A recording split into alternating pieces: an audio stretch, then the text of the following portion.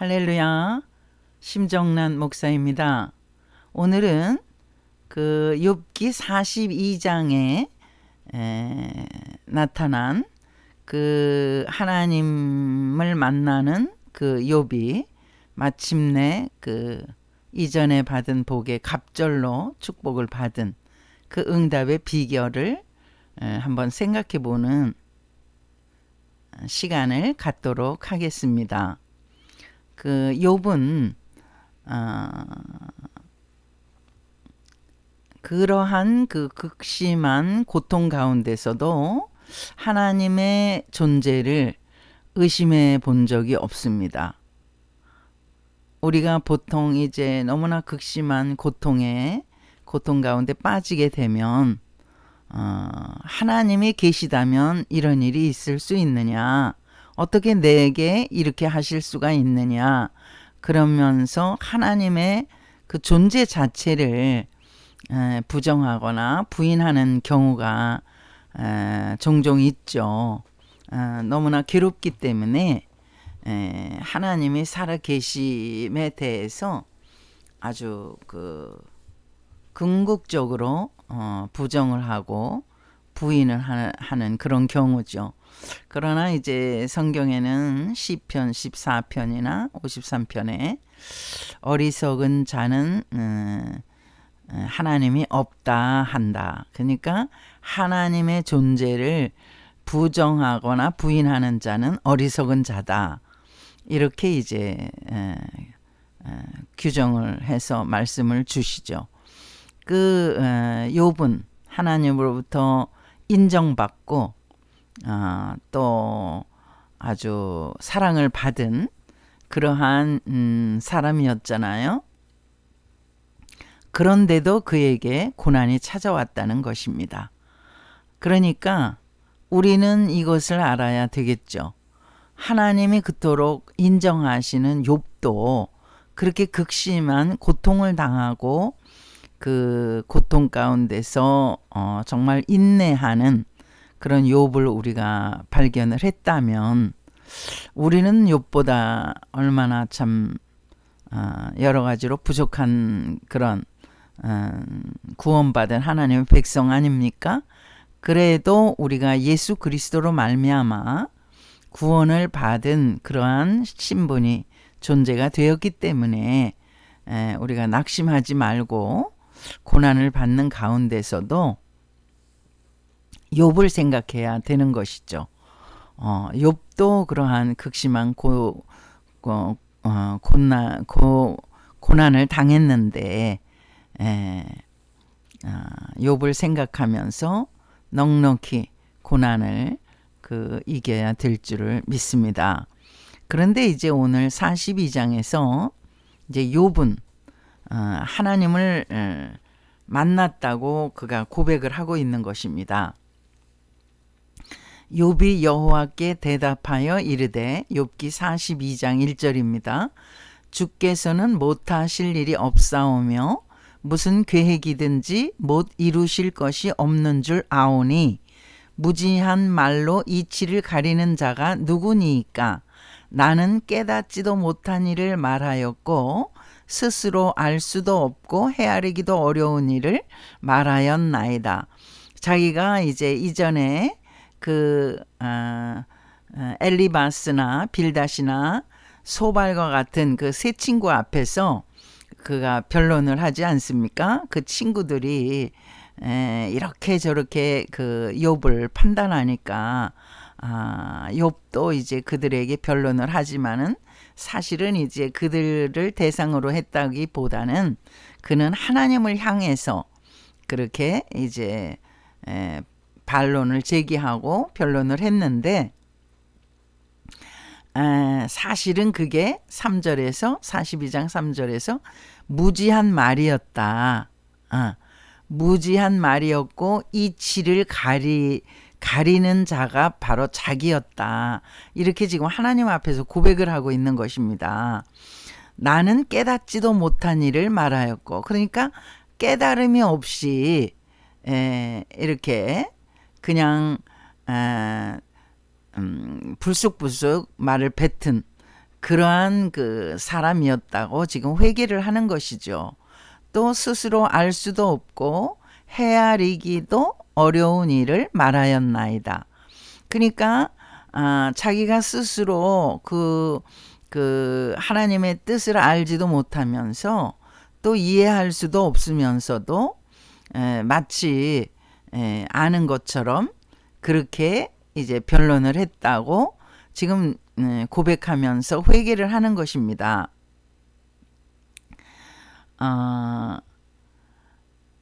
이렇게 그 회개를 하는 그 욥의 어떤 그 상태는 어떻게 해서 그렇게 일어나게 됐냐면은 하나님께서 욥에게 말씀하시는 거죠. 욥에게 이제 욥이 하나님께 대해서 굉장히 이제 불만을 가지고 있지 않았겠습니까? 고난은 끝나지 않고 너무나 고통스러운 가운데 그 어떤 피부병을 앓고 있고 기와 쪽으로 그 가려운 곳을 긁으면서 그러한 그 신세를 우리가 상상을 해볼 때 정말 욥이 얼마나 그 하나님이 원망스럽겠습니까? 그런데 그 하나님께서는 욥에게 어떻게 대답을 하시냐면요. 욥기 38장부터는 이제 하나님이 욥에게 말씀하시는데 그 욥에게 일종의 그 대답이라고 그 이제 하시는 말씀이거든요.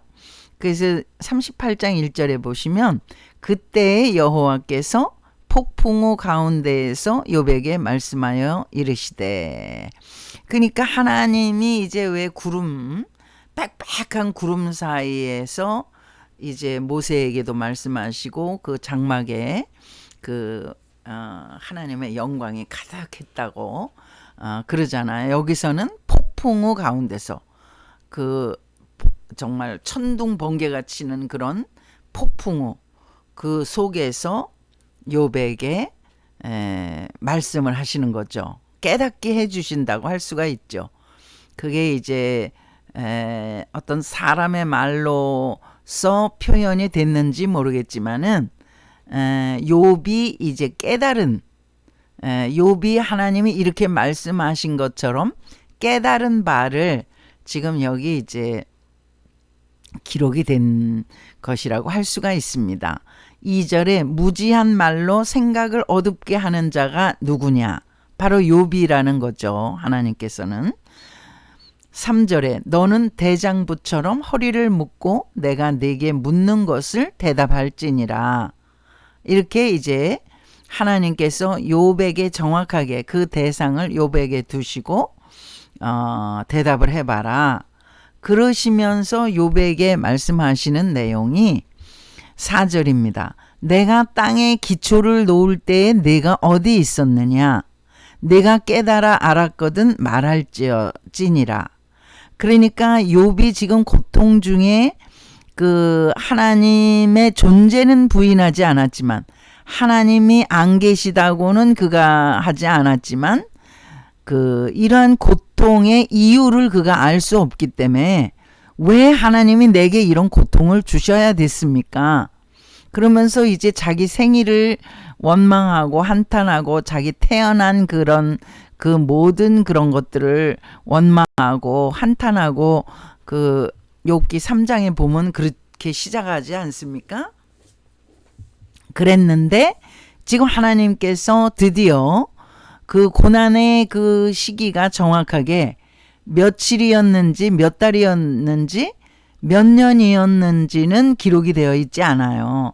그렇지만 고통을 당하는 사람한테는 한 시간도 정말 10년같이 어려운 것이고 또 며칠이라 하더라도 정말 수십 년처럼 괴로울 수가 있고 그렇잖아요. 1년이라 하더라도 그게 짧은 것이 아니라 고통의 한가운데 머물러 있는 사람은 정말 지옥 같은 그런 시간이 아니겠습니까? 그런데 하나님께서 이렇게 일종의 그 욥의 고통에 대해서는 한마디도 안 하시고 그 우주 전체를 들어서 지금 그 말씀을 하시는 거예요. 그 5절도 제가 읽어드릴게요. 누가 그것의 도량법을 정하였는지, 누가 그 줄을 그것의 위에 띄었는지 내가 아느냐. 응? 완전히 그 욥이 지금 궁금해하는 그런 어떤 자기 고통의 문제, 이 고통을 왜 하나님이 내게 허락하셨는지, 정말 이 고통의 이유가 뭔지, 그 친구들은 뭐가 어떻게 해서 그랬다. 내가 그래도 잘 살았으면 하나님이 축복하시지 이렇게 저주를 내리셨겠느냐. 네가 그래도 숨긴 죄가 있지 않겠느냐. 지금이라도 늦지 않으니까 빨리 회개하고 하나님을 정말 그 제대로 믿어라. 이러면서 그들이 계속적으로 뭐 무슨 정말 충고 아닌 권면도 아닌 정말 그 기가 막힌 그런 그 비난조의 그런 변론을 그 욥이 듣고 있었어야 하지 않았나요? 그랬는데 지금 이제 하나님께서는 나타나셔서 욥에게 이렇게 우주 전체를 들어서 또 하나님이 만드신 세상 가운데 있는 그런 생물들을 통해서 그 욥에게 말씀하시고 욥이 깨닫기를 그렇게 이제 그 권면하시는 거죠. 여기 39장 1절에도요.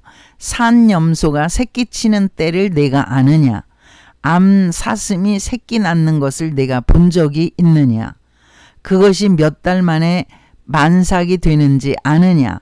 그 낳을 때를 아느냐?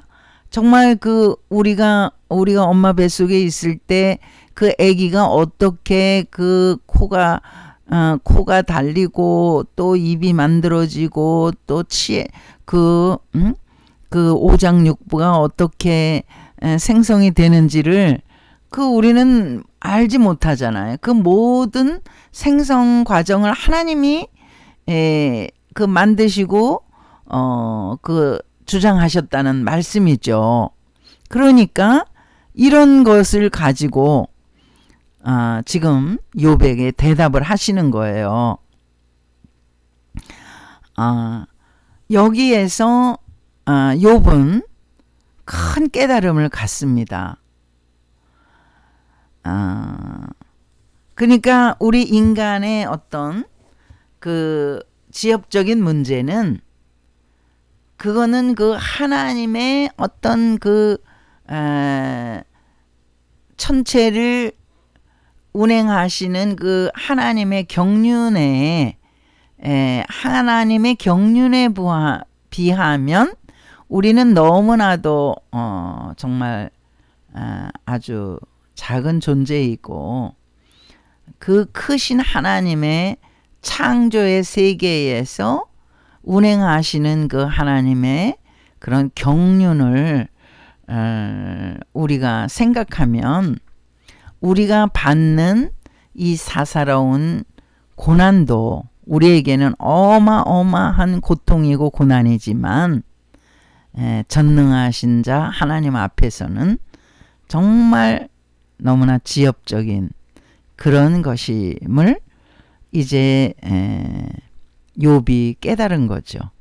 그리고 욥은 하나님께서 이 그 크신 하나님을 알게 하시려고 나에게 이런 고난을 주셨구나. 물론 또 그 고난은 사탄의 어떤 참소에 그 따라서 하나님께서 어느 만큼 어느 일정 기간만큼 욥에게 허락하신 또 고난이라고 할 수가 있죠. 사탄의 모든 계략이나 참소까지도 하나님은 다 다스리시고 또 허용하시기도 하고 사탄의 활동을 일단은 하나님이 허용하신다는 것을 우리는 알아야 됩니다. 우리 믿는 하나님의 자녀들일지라도 하나님께서 다 다스리시기 때문에 그 온 우주와 천체를 다 다스리시고 그가 만드신 그 모든 피조 세계를 다 다스리시고 사탄의 활동까지도 일정 부분 허용하시기 때문에 그 모든 부분의 총괄적인 그 어떤 리더는 하나님이시기 때문에 그 하나님의 그런 경륜을 우리는 인정하고 믿어야 한다. 이 말씀을 주시고자 한 것이라고 할 수가 있습니다. 그래서 이제 드디어 42장에서 제가 3절까지 읽어드렸잖아요. 5절을 제가 읽어드릴게요. 내가 주께 대하여 귀로 듣기만 하였사오나 이제는 눈으로 주를 배움나이다. 사실은 하나님을 욥이 직접 눈으로 본 것은 아니죠. 그런데 하나님이 그렇게 그에게 설명하시고 말씀하신 거를 깨닫는 순간 그는 이제 하나님을 배웠다고 그렇게 말씀을 드리는 것입니다. 우리가 말씀이 깨달아지면 그 하나님을 배우는 것 같은 그러한 이제 놀라운 영안이 열리는 것이죠. 그래서 귀로 듣는 거가 아니라 이제 눈으로 목격한 것 같은 그러한 깨달음이 굉장히 중요한 것입니다. 그 하나님의 말씀은 살았고 운동력이 있어 좌우의 날선 어떤 검보다도 예리하여 혼과 영과 및 관절과 골수를 찔러 쪼개기까지 하며 하나님 말씀이 이렇게 예리하고 너무나 정확해서 우리의 혼과 영과 관절과 골수를 찔러 쪼갠다는 게 뭐냐 하면 아주 깊이 파고들어서 낱낱이 우리 자신을 해부를 한다는 거죠. 의사가 이 병을 고치기 위해서 그 해부하지 않습니까? 그래서 그 해부를 해서 거기에 나쁜 것들, 해로운 것들을 도려내고 그리고 이제 깨끗하게 소독을 해서 다시 이제 접합을 시켜서 그 병을 고치잖아요. 그런 것처럼 하나님 말씀이 우리의 심령에 깊이 들어와서 우리의 깊숙하게 박혀있는 그 쓴뿌리, 그 잘못된 악한 생각이나 나쁜 그러한 여러 가지 의도, 그러한 어떤 불순종, 뭐 그런 원죄로 인하여 파송된 구범죄나 자범죄를 저지를 가능성이 있는 그런 모든 죄성들을 다 메스로 다 그거를 도려내서 깨끗하게 하실 수 있는 그게 바로 하나님의 말씀이라는 거죠. 그래서 하나님의 말씀이 깨달아지는 순간 이 욥과 같이 우리가 고백을 할 수가 있는 것입니다. 내가 주께 대하여 귀로 듣기만 하였사오나 이제는 눈으로 주를 배움나이다. 눈으로 주님을 배우는 것처럼 과거에는 눈으로 주를 목격을 하거나 이러면 이제 죽임을 당하잖아요. 거룩하신 하나님과 피조물인 죄인이 대면을 하게 되면은 그 하나님 앞에서 죽을 수밖에 없게 됐잖아요. 그래서 이제 모세 같은 그런 정말 하나님이 쓰시는 지도자 모세도 어떻게 하셨습니까? 그 앞을 지나가실 때 모세를 덮으셨다 그랬어요. 모세가 보면 죽으니까 모세를 덮고 지나가시고 또 음성을 들려주셨죠. 이렇게 우리가 하나님 말씀, 이 하나님 말씀이 얼마나 우리를 정말 깨끗하게 수술을 시켜서 우리를 거듭나게 그렇게 하시는지 모릅니다. 그래서 이제 말씀이 육신이 되어 오신 예수님, 그 예수님이 말씀 자체이시잖아요. 그러니까 우리가 예수님을 만났다고, 인격적으로 예수님을 만났다고 이렇게 말하는 것은 바로 하나님 말씀을 깨달았다는 것입니다. 하나님 말씀이 육신이 돼 세상에 오신 그 예수 그리스도의 보혈로 우리가 정결하게 깨끗하게 씻음을 받는데, 그런데 이 말씀이 또한 이제 우리의 심령을 두드리고 깨닫게 하고 변화시키는 그 모든 능력이 말씀에서 오기 때문에 하나님 말씀은 그만큼 중요한 것입니다. 제가 이제 여러분에게도 여러 번 말씀드리지만은 이 말씀을 우리가 읽지 않고, 하루라도 읽지 않고 산다는 것은 살 수가 없는 거예요. 우리가 음식을, 우리가 그 몸을 위해서 건강식을 먹지 않습니까? 뭐 단백질도 섭취해야 되고, 채소도 섭취해야 되고, 탄수화물도 섭취해야 되고, 그 3대 영양소가 있잖아요. 탄수화물, 단백질, 지방. 필수적인 그 영양소잖아요.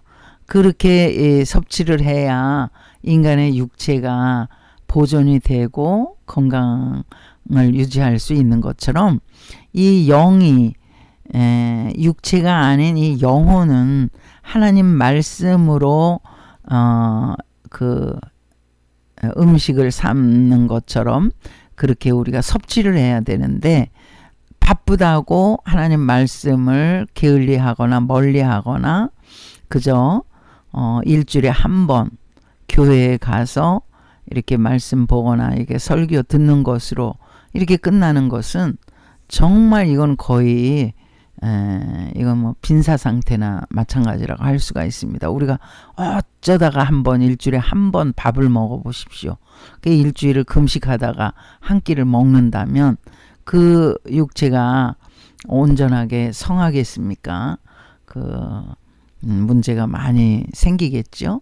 하나님 말씀은 사실은 육신의 양식보다 더 굉장히 중요하기 때문에 그 하나님 말씀을 우리가 어찌하든 간에 듣든지, 말씀을 이어폰을 끼시고 듣든지 아니면 눈으로 읽으시든지 해서 하여튼 그 영의 양식을 우리가 항상 충만하게 섭취를 해서 우리가 영육 안에 강건해야 될 줄을 믿습니다. 그 욥이 이제 드디어 하나님의 이런 그 가르침으로 인해서 아주 깊이 깨닫는 그러한 이제 그 사람이 되었죠. 그리고 이제 그가 내가 스스로 티끌과 제 가운데에서 회개하나이다. 그 42장 이전까지는 욥이 어땠습니까?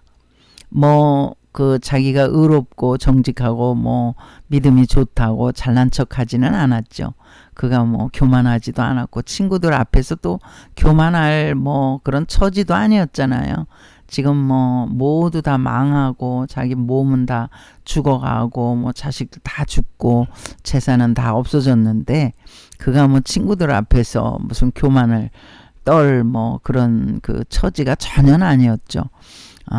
그런데 그랬지만은 그 하나님께는 아주 상당히 그 강하게 어필을 하고 저항을 했죠. 자기 생일도 저주하고 정말 왜 이런 일이 내게 있습니까? 내가 누구에게 눈을 흘긴 적이 있습니까? 누구 불쌍한 사람 볼 때 그냥 지나간 적이 있습니까? 정말 어떤 여자를 봤을 때 음침한 마음을 가진 적이 있습니까? 그 욥이 그냥 그런 부분에서 아주 당당한 거예요. 그런데 왜 내게 이런 고통이 옵니까? 사실 우리가 욥기 하면은 그냥 정말 그 아무런 대항도 없이 저항도 없이 그냥 순종만 하고 그런 사람으로 알지만 그가 변론한 거에는 속속들이 그의 그 모든 그 하나님을 원망하는 게 사실은 다 나와요. 다 나오고 그렇지만 그가 이제 하나님의 존재, 하나님의 살아계심은 믿었다는 거. 그러니까 우리가 최소한 하나님의 존재를 인정해야 되는 것은 그 믿음의 사람의 제일 원칙입니다. 하나님의 살아계심을 의심을 한다면, 내가 이렇게 갑자기 고통을 만났을 때 진짜 하나님이 살아계시다면 나한테 이렇게 하실 수가 있는가? 나를 어떻게 이렇게 정말 기가 막힐 웅덩이에 빠뜨릴 수가 있는가? 이렇게 막 의구심이 들고 또 하나님의 존재 자체를 부정하고 이렇게 하지는 말아야 된다는 것이죠. 하나님의 존재를 인정해야 된다는 것입니다.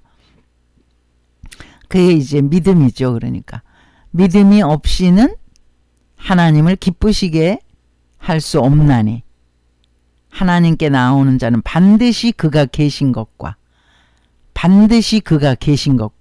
하나님의 살아계심을 반드시 믿어야 하는 거예요. 하나님께 나오는 자는 반드시 하나님이 살아계신 것과 또 그 하나님이 자기에게 상 주심을 믿어야 할지니라. 종국적으로 욥이 이렇게 상을 받잖아요. 어마어마한 축복을 받지 않습니까? 이전에 어마어마한 부자였는데 지금 그거에 배나 이상 축복을 받았기 때문에 정말 이렇게 놀라운 그러한 응답을 받은 것이죠. 그런데 오늘 이제 42장에 제가 여러분에게 조금 더 세세하게 강조를 하고 싶은 것은 하나님께서 욥에게 이런 명령을 하신 거예요. 그러니까 이 명령을 욥이 어떻게 순종을 했고 그 순종한 끝에 하나님이 욥을 어떻게 축복하셨나. 우리는 이제 그 응답의 비결을 아는 것이 중요하잖아요.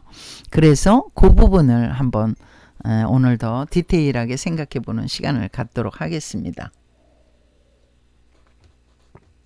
그 7절을 보시면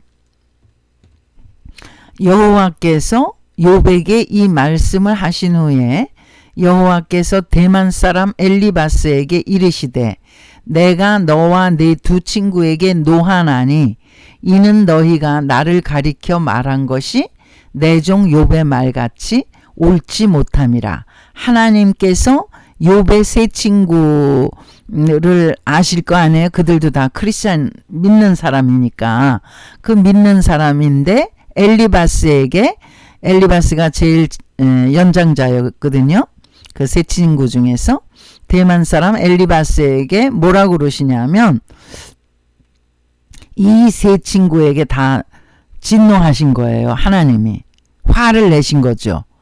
그러니까 왜 화를 내셨냐면 너희가 나를 가리켜 말한 것이 계속 그들이 그 하나님은 어떤 분이다. 하나님을 네가 잘못 믿었기 때문에 욥아 네가 이런 고통을 당하지 않았니?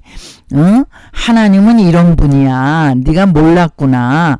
이러면서 그들이 하나님을 가리켜서 계속 진술을 하고 욥에게 그런 어떤 욥을 판단하고 그렇게 정죄하는 그런 말을 쏟아붓지 않았나요? 그런데 지금 하나님께서는 이들의 말이 틀렸다고 하시는 거예요. 너희가 나를 가리켜 말한 것이 내 종 욥의 말같이 옳지 못함이라. 그러니까 욥이 하나님을 원망한 것 같은 그런 내용의 말을 했다 하더라도 그 욥의 말이 맞다는 말씀이죠.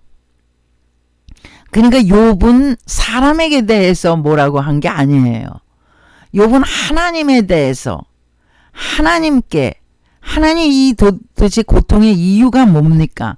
하나님께 대해서 막 항변하고 그랬거든요. 그런데 이제 이들은 이제 하나님을 안답시고 하나님을 이제 믿는답시고 욥을 이제 막 이렇게 저렇게 가르친 거죠. 근데 그게 틀렸다는 거죠. 그게 하나님에 대한 설명이 옳지 않은 설명이었다는 거죠. 하나님이 그런 하나님이 아니라는 거죠. 그러니까 세 친구들이 말한 하나님이 그런 하나님이 아니라는 거죠. 여러분 욥기 그 8장에도 보시면은 그 어떤 말씀이 있습니까? 제가 8장 욥기 8장 거기 유명한 그 여러분도 아주 잘 애우시는 말씀이 있잖아요. 7절입니다.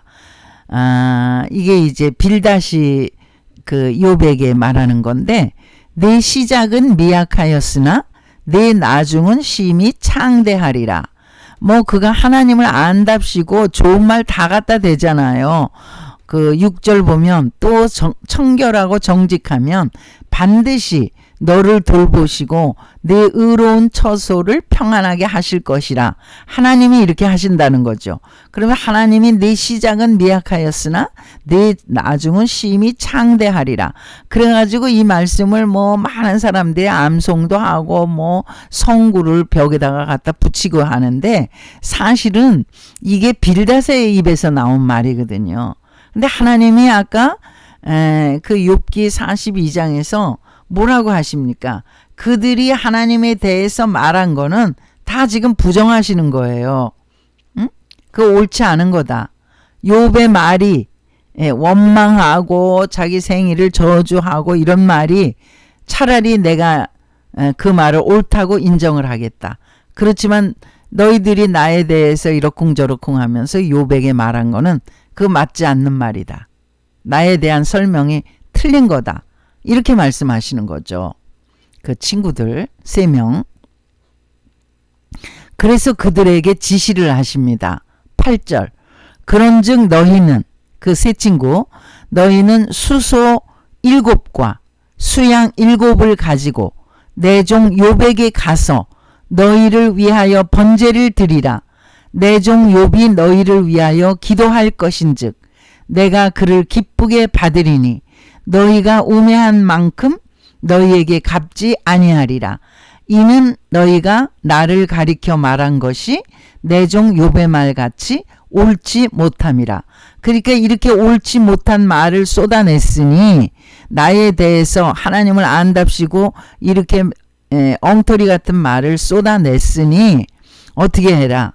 욥에게 이런 재물들을 가지고 가서 수소 7과 수양 7 이거를 내 종 욥에게 가지고 가서 번제를 드리게 해라, 이 말이에요. 그럼 내 종 욥이 너희를 위하여 기도할 것이다. 이렇게 하나님께서 그들에게 명령을 하신 거죠. 그러니까 9절입니다. 이에 대만 사람 엘리바스와 수아 사람 빌닷과 나아마 사람 소바알이 가서 여호와께서 자기들에게 명령하신 대로 행하니라. 여호와께서 욥을 기쁘게 받으셨더라. 그러니까 이 세 친구도 정말 하나님께로부터 그런 책망을 들었을 때 정말 얼마나 불쾌하고 기분이 나쁘기도 했겠죠. 하나님 그 친구를 위해서 그래도 한다고 노력을 했는데, 근데 하나님은 그게 옳지 않다고 하셨으니까, 근데 이들은 하나님께 대해서 원망을 하거나 뭐 불평을 하지 않고 순종하고 욥에게 찾아가서 명령하신 대로 행했다고 그러거든요. 그러니까 하나님께서 욥을 기쁘게 받으셨다. 욥이 그 번제를 드리면서 하나님께 기도한 것을 기쁘게 받으셔서 하나님이 그 세 친구를 용서를 하신 것이죠. 사실 하나님에 대해서 잘못 말한 거에 대해서 어떻게 용서를 다 해주신 것이죠. 그 다음에 10절입니다. 그 욥이 그의 친구들을 위하여 기도할 때 여호와께서 욥의 곤경을 돌이키시고 여호와께서 욥에게 이전 모든 소유보다 갑절이나 주신지라. 그러니까 욥이 그 친구들을 위해서 이제 기도한 것을 우리가 유념해서 생각을 해봐야 되는데요. 그 친구들이 누굽니까? 사실 다 믿음 안에서의 그 친구들이지만은 그들이 욥을 엄청나게 판단하고 비난했거든요. 욥의 신앙이 잘못됐다고. 욥이 뭐 행동을 잘못했다고. 욥이 어떤 그 죄를 감췄다고. 그 욥이 악한 생각을 했다고. 뭐 이렇게 저렇게 하면서 요리조리 얼마나 욥을 괴롭혔습니까? 말로, 입술로. 너무나 비난하고 부정적인 말을 하면서 욥을 기를 죽였잖아요. 그런데도 그 욥이 그 친구들이 그 수소와 뭐 수양을 가지고 재물을 가져와서 우리를 위해서 기도해 달라고 할 때 욥이 그들을 용서했다는 게 이게 이제 우리가 중요하게 착안을 해야 될 점이라고 생각이 듭니다. 아까 제가 말씀을 드렸죠. 첫 번째는 아무리 우리가 공경에 처하더라도 하나님의 존재를 의심하지 말 것. 그러니까 하나님의 살아계심을 믿을 것. 그게 이제 응답의 비결입니다. 두 번째는 아무리 나를 비난하고 괴롭힌 그런 사람이 있다 할지라도 그가 손을 내밀면서 용서를 구할 때 그를 친히 붙잡아주고 기도해주고 용서를 하라는 거죠. 우리가 이 부분이 참 쉽지는 않습니다. 우리를 말로 괴롭히고 정말 그 자존심을 그 상하게 만드는 친구를 어떻게 그 참 쉽게 용납할 수가 있겠습니까? 근데 우리가 복을 받으려면 우리가 응답을 받으려면 바로 그게 비결이거든요.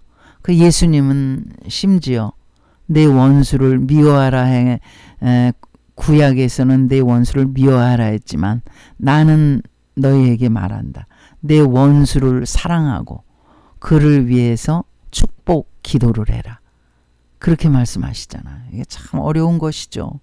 그래서 예수를 믿는 것이 누가 쉽다고 합니까? 그냥 교회에 가방만 들고 왔다 갔다 하는 게 예수 믿는 게 아니죠. 그 예수님의 말씀을 우리가 정말 귀담아 듣고 지켜야 드디어 우리가 행복해지고 또 응답도 받고 축복도 받기 때문에 절대 쉬운 것이 아닙니다. 나를 따라오려거든 자기를 부인하고 자기 십자가를 지고 나를 따를 것이니라. 예수님 말씀하셨잖아요. 자기 십자가를 지고 자기를 부인하고, 자기 부인한다는 건 뭐예요? 자기의 욕심이나 자기의 자존심이나 자기의 여러 가지 그 어떤 그 하나님보다 더 좋아했던 그런 것들을 다 부인하라는 거예요. 그리고 자기에게 태인 십자가, 우리 각자에게 태인 십자가가 다 다르잖아요. 어떤 사람은 좀 더 큰 십자가, 어떤 사람은 작은 십자가. 하여튼 간에 인생의 이 고단한 삶을 살아가는 데에는 크고 작은 십자가가 다 있습니다. 어떤 인생이 나는 뭐 행복하고 만족하다. 이 재벌도요. 그 속사정을 들어가 보면은 속 썩는 일이 그렇게 많다고 그래요. 우리가 상상을 할 수도 없을 만큼 그렇게 정말 그 고난이 숨어 있다고 그런 말을 들었거든요. 그 인생이 바로 그런 것입니다. 그래서 그저 우리가 겉으로 보는 것으로 어떤 나한테는 왜 이렇게 힘든 일만 닥치나 이렇게 우리가 원망하고 하나님을 부인하고 그렇게 하나님의 존재 자체를 그렇게 부정하고 그러면 안 된다는 것이죠. 우리가 참 이 욥이 이렇게 이 세 친구들, 자기를 비난했던 이 세 친구들을 용납하고 그들을 위해서, 그의 친구들을 위하여 기도할 때 여호와께서 욥의 공경을 돌이키시고, 이렇게 말씀하시잖아요. 여호와께서 욥에게 이전 모든 소유보다 갑절이나 주신지라. 그러니까 우리가 이렇게 갑절로 축복을 받으려면 그 앞 단계, 이거 이전 단계를 해야 되는 거예요. 그러니까 첫째는 아까 말씀드린 대로 하나님의 존재 자체를 부정하면 안 되는 거예요. 살아계신 하나님을 믿는 거. 믿음이 없이는 하나님을 기쁘시게 할 수가 없나니 하나님께 나아오는 자는 반드시 그가 계신 것과 반드시 그가 계신 것과 그러니까 하나님의 존재 자체를 아주 적극적으로 믿음으로 고백해야 된다는 것이죠. 두 번째는 이렇게 자기를 비난하고 이렇게 자존심을 상하게 하고 괴롭힌 이 원수라도 원수 같은 친구라도 용납하고 그들을 위해서 기도하라. 이렇게 하시죠. 그러니까 뭐 용서도 빌지 않는 친구라면 모르겠어요. 왜냐하면 하나님께서 그 친구들에게 말씀하셨잖아요. 욥을 찾아가라고.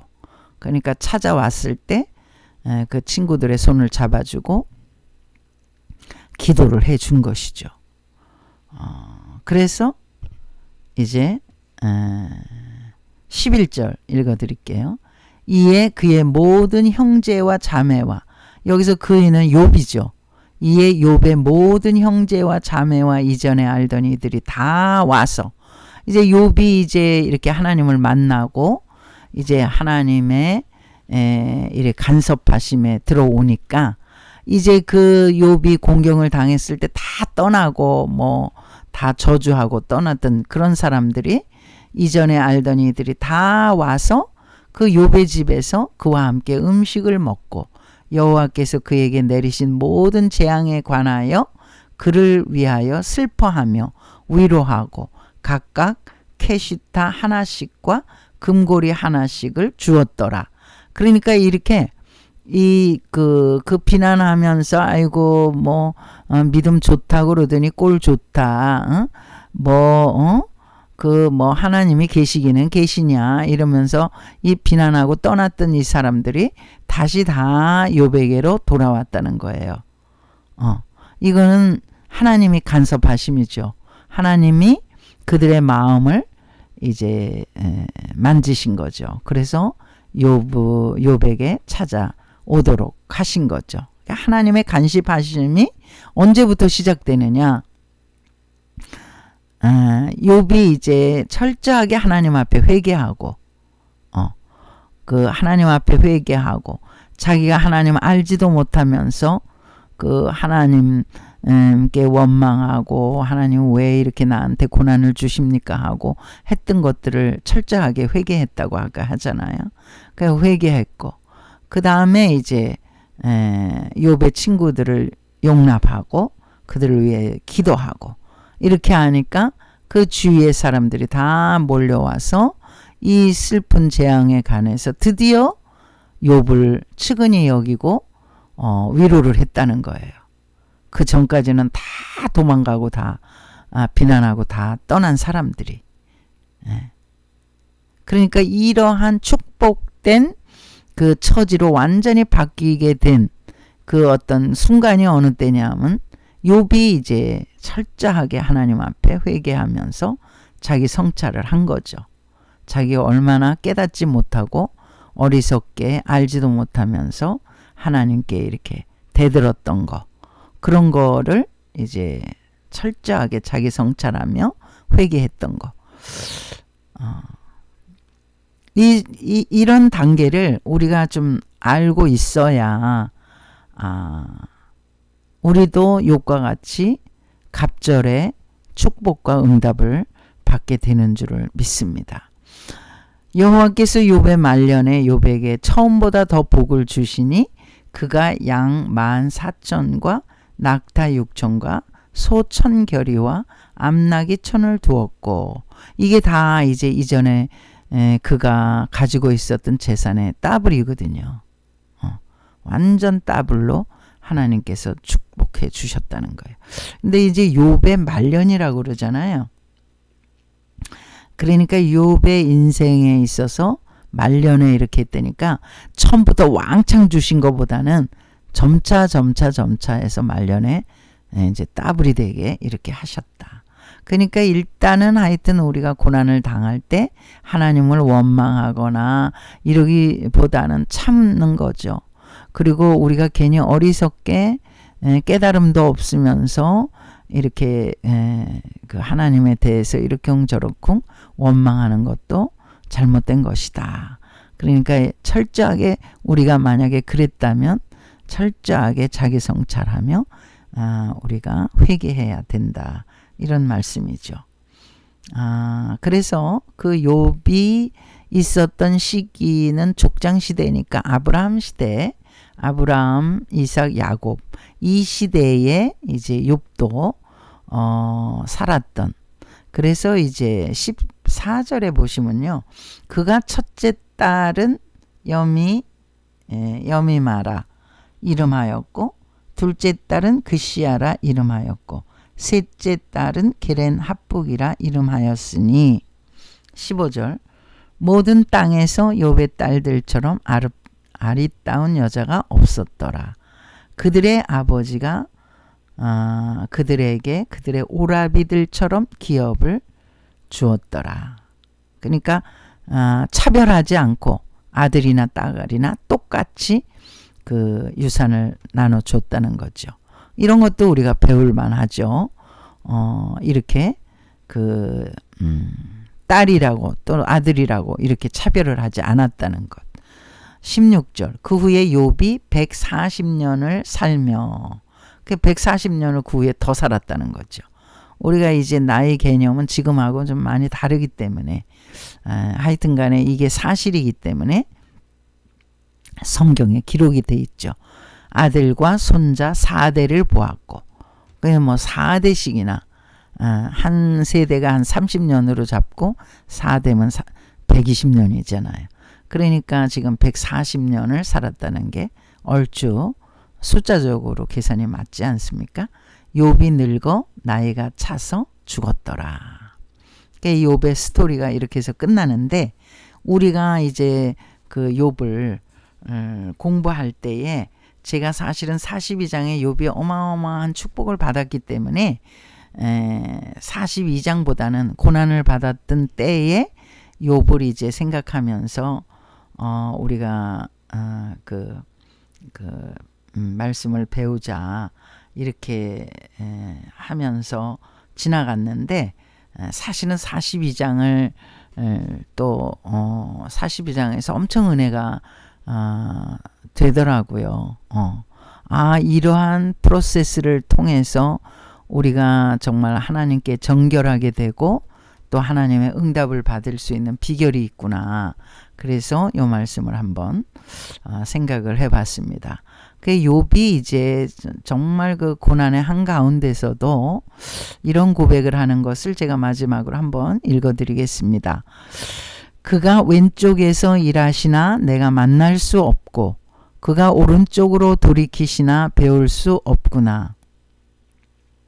그러나 내가 가는 길을 그가 아시나니 그가 나를 단련하신 후에는 내가 정금같이 되어 나오리라. 욥의 이런 고백이 하나님의 마음을 감동시킨 거죠. 그러니까 욥은 그 극심한 고통 한가운데서도 계속 그는 다른 어떤 사람을 대상으로 원망하거나 뭐 어쩌고 한 게 아니라 하나님을 바라보면서 했다는 거. 그러면서 그의 굳건한 믿음을 지키고 하나님을 붙잡았다는 것이 그 응답의 비결이라고 할 수가 있습니다. 오늘은 욥기 42장을 살펴보는 시간을 가졌습니다. 감사합니다. 할렐루야.